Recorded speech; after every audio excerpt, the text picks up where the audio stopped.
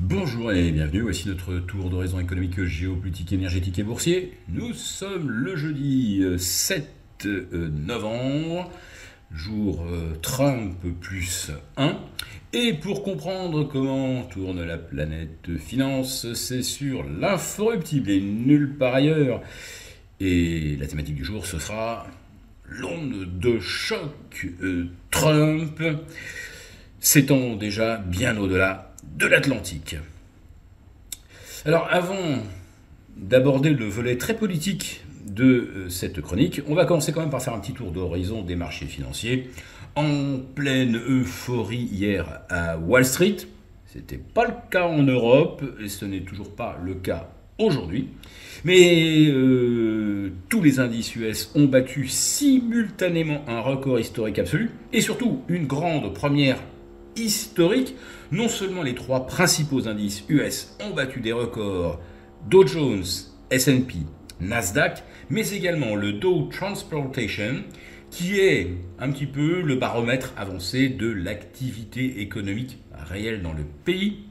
Dow Transportation, c'est le fret routier, le fret maritime, le fret aérien, etc. Donc quand cet indice est bullish, ça veut dire que les Américains vont consommer à fond, vont exporter à fond. Et le Dow Transportation a tout simplement explosé de 5,5% hier.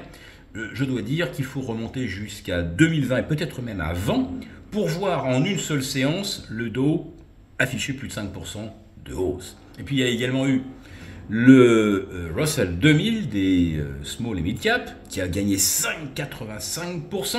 Alors bien sûr là c'est un vrai coup de chapeau à l'élection de Trump puisque lui c'est America First et on s'imagine que les petits business locaux vont être favorisés. Bon, sauf qu'ils dépendent quand même en grande partie, souvent, de donneurs d'ordre qui sont cotés au S&P 500, ce sont souvent des sous-traitants. Et si les États-Unis exportent moins dans le cadre d'une guerre des tarifs de droits douaniers, ça ne sera peut-être pas aussi rose qu'on le pense. En tout cas, le Russell 2000 est revenu pratiquement à 2% de son record absolu de l'été 2021, je crois. Alors bien sûr, pas de discussion possible. Le Nasdaq a pulvérisé un nouveau record et gagne plus de 3%.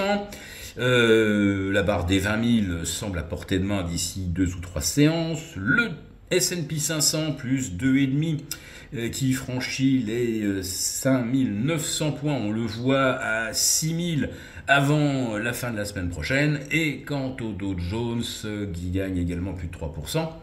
3,3 je crois, avec un objectif de 45 000 peut-être pour la fin du mois. Bon, alors ne nous emballons pas parce qu'il y a quand même la réunion de la Fed aujourd'hui et la Fed qui se retrouve dans une situation quand même un petit peu complexe. Les taux longs et même courts viennent de reprendre entre 70 et 85 points, oui, plus 85 pour le 10 ans, pour le 30 ans, un peu plus de 60 points, 70 points pratiquement pour le 2 ans. C'est comme si le cycle de baisse de taux n'avait pas commencé, c'est comme si l'inflation revenait. Et voilà qu'aujourd'hui, on s'attend à ce que la Fed baisse ses taux de 25 points supplémentaires. Si j'ose dire, le contexte, si vous y ajoutez le paramètre politique, va devenir quand même très très compliqué. Quel message doit délivrer la Fed pour que la fièvre sur les marchés de taux se calme et qu'enfin on ait l'air de croire que l'inflation est bel et bien maîtrisée. Bon, vous voyez qu'il y a une contradiction complète d'ailleurs entre les marchés de taux et les marchés d'actions complètement euphoriques. Alors bien sûr, on vous explique aujourd'hui, bah oui, mais quand il y a de l'euphorie sur les indices, forcément, c'est qu'on n'a pas besoin de bons du trésor, on est full risk on et naturellement on se débarrasse de tout ce qui représente un placement dit sécuritaire et ça implique également l'or, l'or qui corrige de 4-5% par rapport à ses sommets, après avoir gagné plus de 44% en ligne droite. Bref, c'est impressionnant parce qu'on voit l'once repasser de 2780 à 2006, on se dit oulala, mais en réalité c'est une correction tout à fait minime par rapport à la trajectoire de l'or. Et si les marchés de taux ont raison et qu'avec Trump, c'est le retour de l'inflation, rassurez-vous, l'or et l'argent ne tarderont pas à redémarrer. Maintenant, on va attaquer le volet politique. Donc tout le monde était focus hier, bien sûr, sur l'élection de Trump, sur ce grand chelem que personne n'avait vu venir.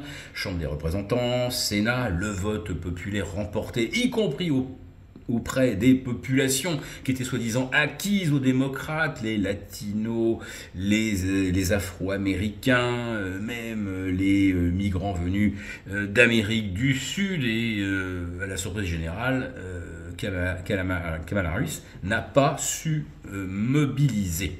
Donc Trump a carte blanche, et il va certainement avoir carte blanche également dans ses relations internationales. Vous voyez où je veux en venir, et l'Europe est forcément en ligne de mire. Et voilà que ça se disloque de partout. La coalition du chancelier Scholz vole en éclats quelques heures seulement après la proclamation des résultats aux États-Unis. Oui, Olaf Scholz en conflit avec son ministre de l'économie, Monsieur Christian Lindner, qui lui veut une gestion rigoureuse à l'allemande, alors que Olaf Scholz, lui, voit se disloquer le modèle économique allemand, basé sur la productivité, de l'énergie pas chère. Bon, voilà, l'Allemagne est en récession, Volkswagen va fermer des usines, parle de réduire les salaires de 18%, c'est un choc absolu, on n'en parle pas en France, mais il suffit de lire un petit peu des extraits de la presse allemande pour comprendre que là-bas, on est complètement stupéfait de la façon dont les choses ont tourné. Et sans oublier que l'Allemagne est quand même très très impliquée dans le conflit en Ukraine en tant que fournisseur de matériel. Et l'arrivée de Trump, ça peut tout changer. Là, aujourd'hui, vous avez beaucoup de faucons autour d'Olaf Scholz. Vous avez notamment Annegret Baerbock qui veut faire la guerre aux Russes, aller bombarder la Russie, etc.